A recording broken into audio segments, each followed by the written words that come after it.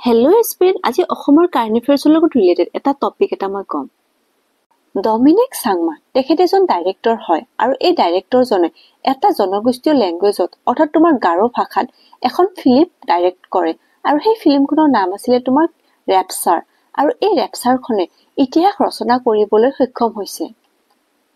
এই ৰেপচাৰ ফিল্মখন ফ্ৰান্স দেশত জাকত জিলিকিবলৈ সক্ষম হৈছে কাৰণ ফ্ৰান্সৰ 36টা চিনেমা গৃহত এই ৰেপচাৰ ফিল্মখনে মুকলি লাভ কৰিছে। ডমিনিক চাংমাই গাৰো সমাজৰ মানুহবোৰৰ চিন্তাধাৰা আকাংক্ষাবিলাক এটা গাঁৱলীয়া সমাজ ব্যৱস্থাৰ মাজেৰে অতি সহজতে মানুহবোৰক তোমাৰ প্ৰদৰ্শন কৰিবলৈ চেষ্টা কৰিছে আৰু এই ফ্ৰান্স দেশত এই ফিল্মখনে অতি তোমাৰ মৰমেৰে আৰু আগ্ৰহেৰে মানুহে চাবলৈ গৈছে চিনেমা হলত আৰু এই ফিল্মখনৰ জৰিয়তে গাৰো সমাজ ব্যৱস্থাটো গোটেই বিশ্বৰ দৰবাৰত দেখাবলৈ সক্ষম হৈছে। এইদৰে অসম কাৰেণ্ট এফেয়াৰ্ছৰ লগত ৰিলেটেড এটা টপিক মই সদায় কৈ যাম আৰু তোমালোকে ধুনীয়াকৈ নোট ডাউন কৰি থৈ যাবা আৰু এইদৰে মোৰ লগত জড়িত হৈ থাকিবা আৰু মোৰ চেনেলটোক ছাবস্ক্ৰাইব, লাইক আৰু কমেণ্ট কৰিবা। আজিলৈকে থৈছো।